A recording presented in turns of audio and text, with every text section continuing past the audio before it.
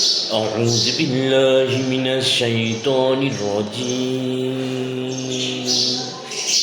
بسم الله الرحمن الرحيم. ياسين والقرآن الحكيم إنك لمن المرسلين على صراط مستقيم تنزيل العزيز الرحيم لتنذر قوما ما أنذر آباؤهم فهم غافلون لقد حق القول على أكثرهم فهم لا يؤمنون إنا جعلنا في أعناقهم أغلالا فهي إلى الأذقان فهم مقمحون وجعلنا من بين أيديهم سدا ومن خلفهم سدا فأغشيناهم فهم لا يبصرون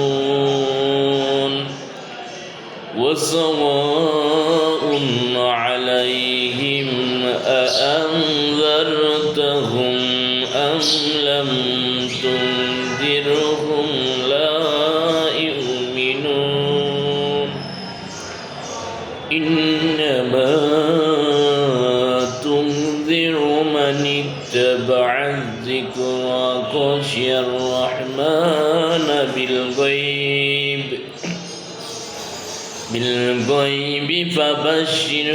فبشره بمغفرة وأجر كريم إنا نحن نحيي الموتى ونكتب ما قدموا وآثارهم وكل شيء أحصيناه في إمام مبين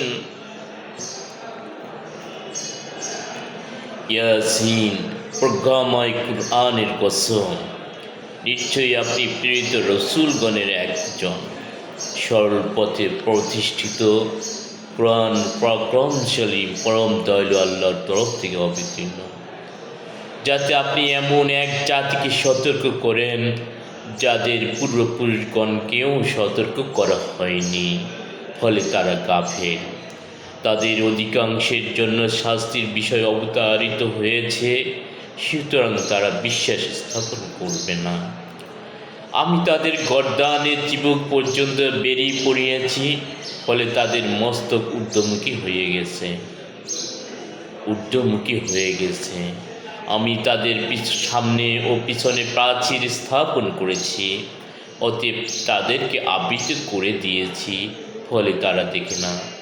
আপনি তাদেরকে সতর্ক করুন বা না করুন, তাদের পক্ষে দুই সমান, তারা বিশ্বাস স্থাপন করবে না। আপনি কেবল তাদেরকেই সতর্ক করতে পারেন যারা উপদেশ অনুসরণ করে এবং দয়াময় আল্লাহকে না দেখে ভয় করে। অতএব আপনি তাদেরকে সুসংবাদ দিয়ে দিন ক্ষমা ও সম্মানজনক পুরস্কারের। আমি মৃতদেরকে জীবিত করি এবং তাদের কর্ম ও কর্মসমূহ লিপিবদ্ধ করি। আমি প্রত্যেক বস্তু স্পষ্ট কিতাবে সংযুক্ত রেখেছি।